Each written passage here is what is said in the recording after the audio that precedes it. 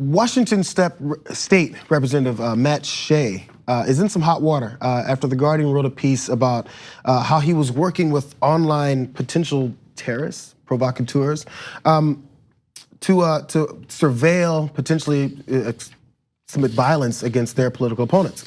So Jason Wilson of The Guardian points out, State Representative Matt Shea participated in the chats. He was in chat rooms online with 3 other men. All of the men used screen aliases. This is fun for me.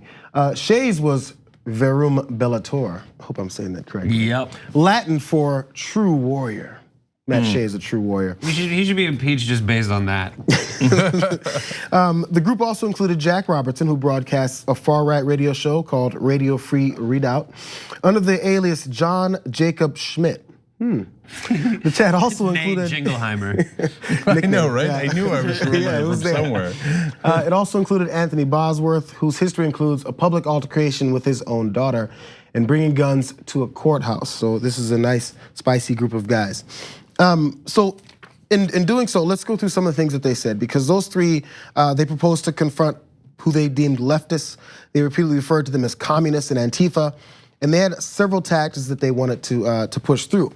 First of all, here's the first one with Anthony Bosworth. When we locate Antifa members, we can confront their parents, their workplaces, their landlords. We can hit them in their safe spaces. Wrong there. He also went on to say, this should become a pure psyops operation. If we can catch a few of them alone and work, I assume, them over a little bit. Continuing on, other acts of violence that they talked about, they wanted to go after a specific female Spokane, Washington resident.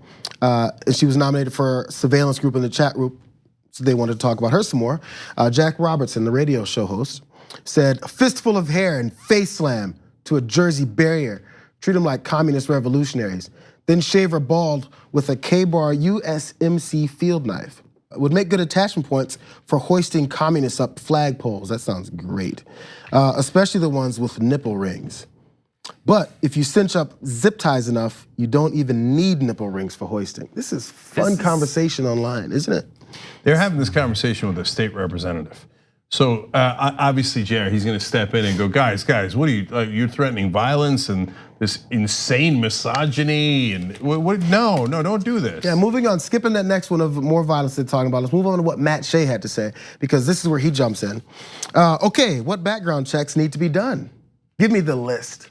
And he also said, I'll have several names that have come up. Any info out there? So Matt Shea is looking to help with the surveillance, with background checks, using his position to find some of this information for these guys to get their work done online. So some of them threaten extreme violence against women, against normal peaceful protesters that they call communists. And they say, let's go to their homes, their workplaces.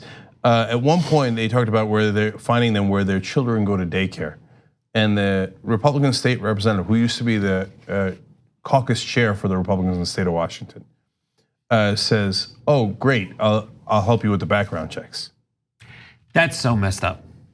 Just like, that is what he is entrusted with as a representative of people out there, is this advanced means by which to check people, ostensibly. That's how he offers it. And as you point out, he had the opportunity to be like, no. It's so weird. It's like kids chatting. But then you realize that these kids are real grown-ups. They're like, man, I'm gonna beat them up.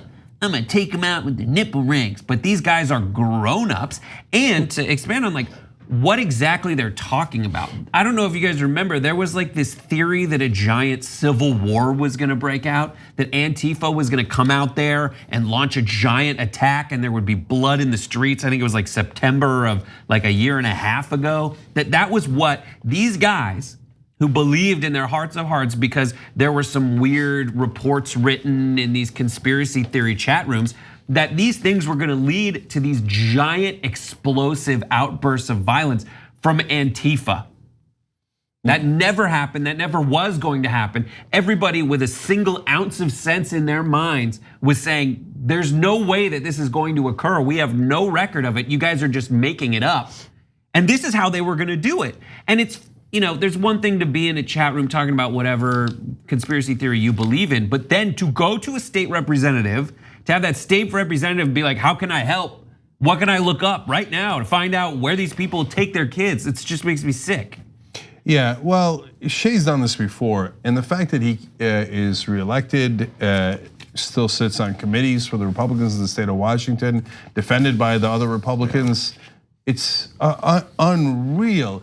And guys, think about it, man. If somebody said to me, who was a viewer or a fan or a coworker or something, hey, should we go kidnap a woman who's a right winger and then shave off her hair with a knife and then string her up?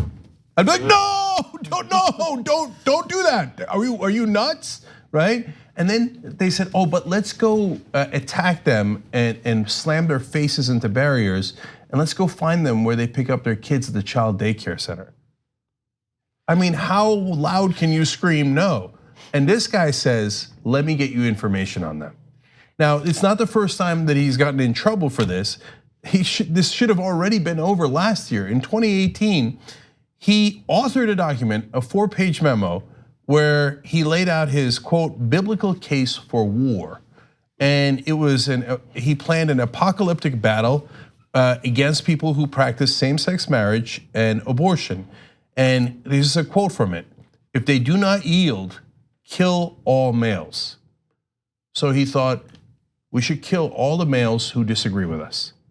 This guy's still a state representative in the state of Washington. Other Republicans are defending him. Well, I mean, he just wants to kill all of your males, but not your females. And if he thinks you're gay, he's going to advocate murdering you. And if you're a leftist in any way, shape, or form, he's gonna get your address and where you work and send it to his militant buddies who are threatening to murder you. You know, all these detailed plans, you can rest easy, Cenk, because it's all jokes.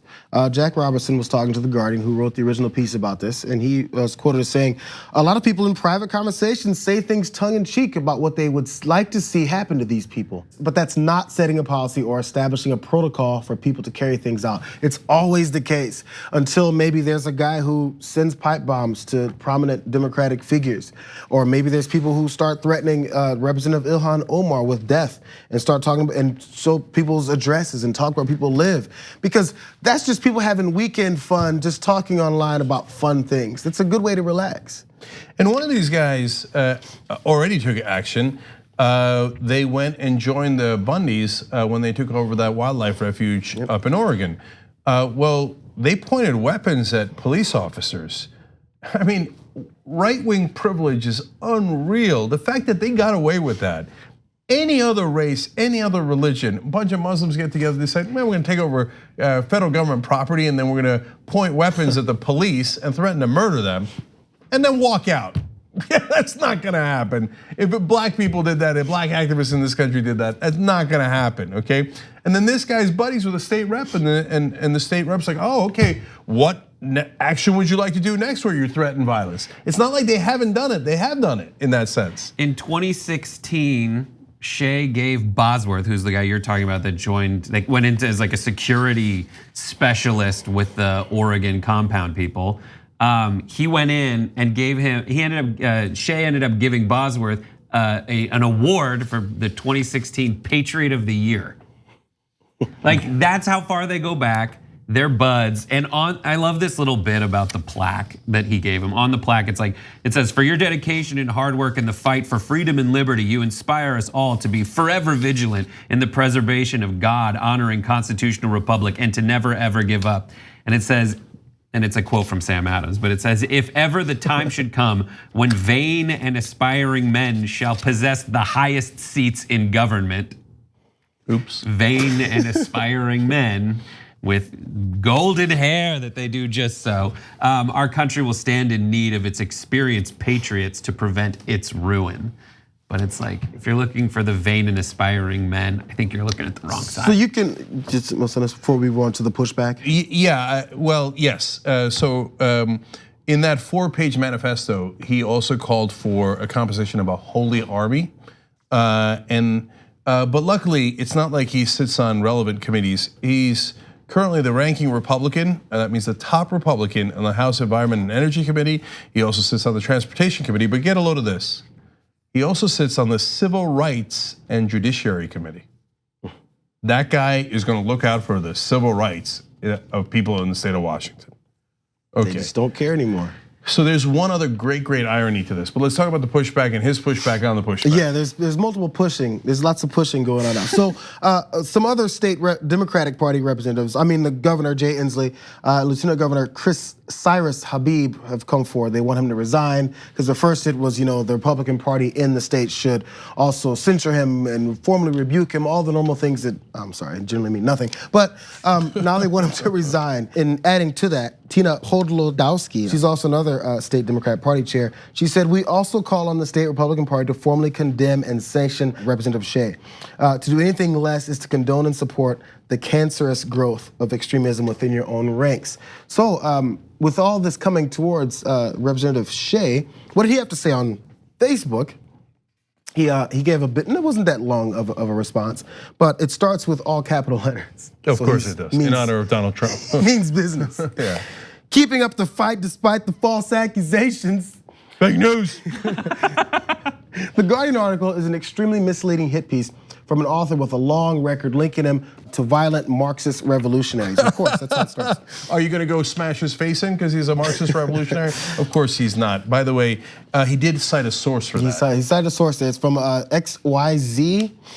We'll get to who they are next, but continue on with his Facebook. My life and the lives of my family have been and continue to be threatened routinely. See examples below, and that's where he linked to the article. One individual who threatened us was later convinced of triple homicide. Of course, I've done background checks to protect my family and my community, but that was only in response to threats already coming from the left.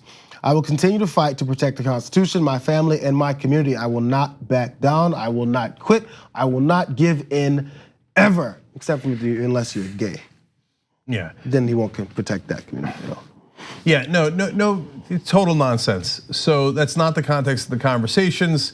It's not like Bosworth was like, hey, look, Shea, we got a threat sent in about your family. What do you want to do about it? No, not remotely the case. When he wrote the 4-page manifesto saying, let's go kill gay people, etc., there's no threat to his family. No, this guy's a lunatic. And look, all the lunatics are in the Republican Party.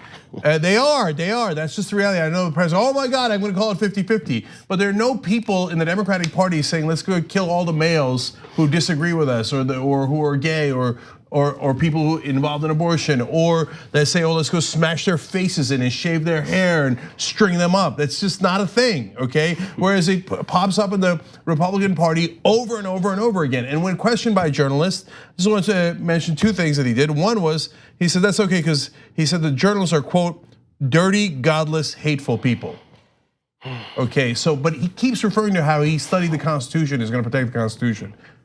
Have you read the First Amendment? You don't have to get all the way into the 25th Amendment or anything like that. The First Amendment about protecting the freedom of the press, the people that you call dirty, godless, hateful people. And then he did find one member of the press that he does like though. What Jayar mentioned, the XYZ website in Australia. He's like, they're defending me. They're saying that a Guardian reporter is a dirty Marxist revolutionary. So there. Okay, good. And so what's the XYZ website about? You're gonna be shocked to find out that they write racist and anti-Semitic articles over and over again, including, I just picked one title for you guys. Let's finally have an honest conversation about the Holocaust. See, the people who are against the Holocaust being real are defending me. They're the only honorable journalists. But it's just like that move when he does something terrible.